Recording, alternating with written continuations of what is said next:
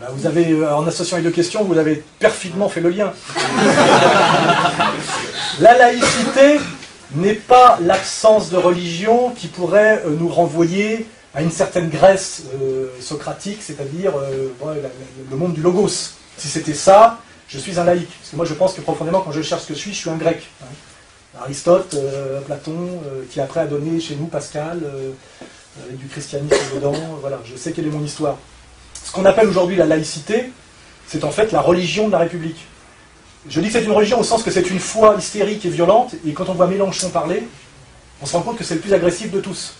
Hein, c'est-à-dire que la laïcité, c'est les laïcards, et les laïcards, effectivement, c'est les gens qui sont les francs-maçons, qui ont, pour prendre le pouvoir en France, via la Révolution française, détruit ce qui était l'ancienne France, c'est-à-dire la France du roi très catholique, hein, c'est-à-dire la noblesse catholique. Donc en général, un laïc, c'est effectivement un franc-maçon, en général, anti-catholique, hein, et qui tient son pouvoir d'un processus historique dont l'apogée a été la Troisième République. Hein. C'est-à-dire c'est quelqu'un qui est sur le modèle de Jules Ferry et de Jean Jaurès. Jules Ferry, dont on peut citer, qui est le père de la colonisation, comme vous le savez, mais effectivement, un laïc en France, c'est en général un franc-maçon. Voilà. Et la franc-maçonnerie, c'est une forme de religion, et le symbole de la maçonnerie, c'est le temple de Salomon. C'est le symbole de la maçonnerie. C'est-à-dire que la maçonnerie, c'est une laïcité bizarre qui renvoie quand même à du religieux, hein, et qui ont plus à voir avec l'Ancien Testament qu'avec les évangiles, vous voyez. L'histoire de la République française depuis la Troisième République est très maçonnique, et c'est vrai qu'on ne le dit pas beaucoup, mais si on veut employer une métaphore, la maçonnerie est le clergé de la République. Mais c'est un clergé occulte. C'est-à-dire que les trois quarts des Français ne savent pas que finalement la République est une religion d'une certaine manière, c'est-à-dire qu'il y a une foi, il y a une croyance, un sens de l'histoire, les lumières, le progrès. Il y a une violence, parce que c'est là qu'on voit que c'est une foi, c'est qu'il y a une violence. On voit Mélenchon quand il parle, il crache des flammes. Alors, vraiment, la laïcité, c'est l'absence de toute foi et de tout fanatisme. Or, c'est un fanatique laïcard. Hein. Et d'ailleurs, son approche de la burqa est très très bête. Il dit, d'après les critères de la loi française, ce qui est d'ailleurs la loi maçonnique, il n'y a pas de problème de la burqa. Ce qui veut dire d'ailleurs que c'est ces critères de jugement qui sont mauvais, parce qu'il y a quand même un problème. Il y a une tension, il y a des manipulations, etc. Il dit selon la République laïque, parce que lui, la laïcité, ça veut dire que la laïcité ne pratique aucune religion, et est soi-disant neutre par rapport à toutes les religions. C'est évidemment faux à tous les niveaux. C'est faux historiquement, parce que la France est un pays, comme vous le savez, chrétien et catholique.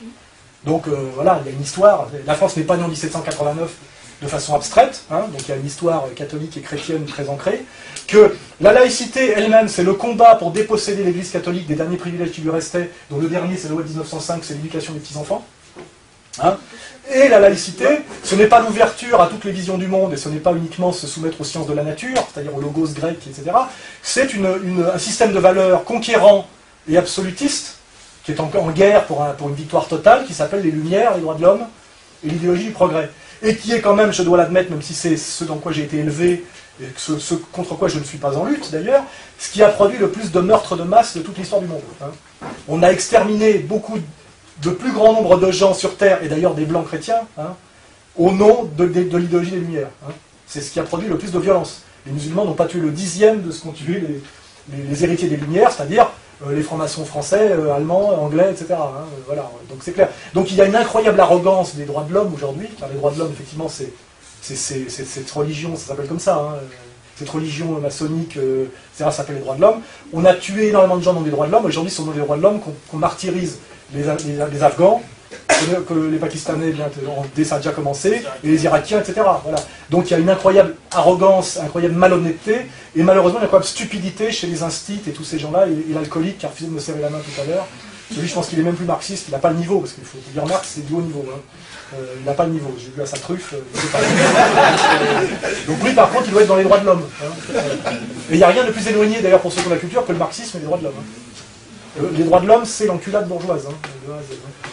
Je crois que c'est comment il s'appelait, Anatole France qui disait les droits de l'homme, c'est la liberté de tous les hommes, milliardaires ou clochards, de dormir sous les ponts.